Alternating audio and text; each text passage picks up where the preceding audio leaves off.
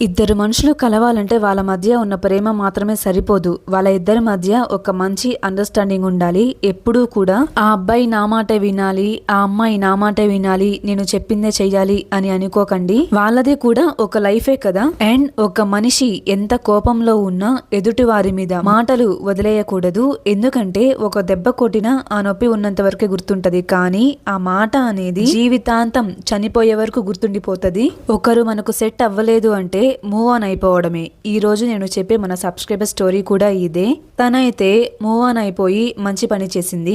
దగ్గరుండి తిట్టుకోవడము కొట్టుకోవడం కంటే దూరంగా ఉంటూ ఎవరి లైఫ్ వాళ్ళు చూసుకోవడం బెటర్. పెళ్లి కాని వాళ్ళకి సరే మరి ఇంకా తన స్టోరీని స్టార్ట్ చేస్తాను.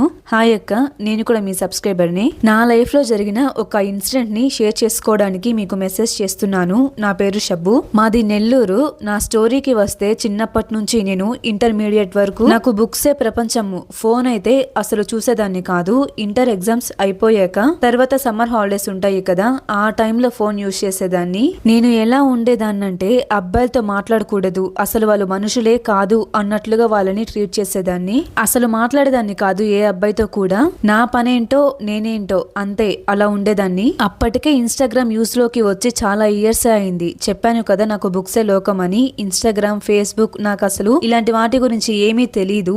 నేను డిగ్రీకి వచ్చాక ఇన్స్టాగ్రామ్ అకౌంట్ క్రియేట్ చేసుకున్నాను. అప్పుడు మా స్కూల్ ఫ్రెండ్ ఒక అబ్బాయి నాకు ఇన్స్టాలో రిక్వెస్ట్ పెట్టాడు. తెలిసిన అబ్బాయే కదా అని నేను కూడా తన రిక్వెస్ట్ ని యాక్సెప్ట్ చేశాను. అప్పటి నుంచి ఫ్రెండ్స్ లానే మాట్లాడుకునే వాళ్ళం ఇద్దరిని, నార్మల్ గా క్యాజువల్ గా. 6 months తర్వాత తను మాటల్లో కొత్తదనం వచ్చేసింది. అంటే తను మాట్లాడే విధానం చేంజ్ అయిపోయింది. నేనంటే ఇష్టమేమో అన్నట్లుగా మాట్లాడడం స్టార్ట్ చేసేవాడు. నాకు అర్థమైపోయి ఫస్ట్ లోనే నేను నో అని చెప్పా.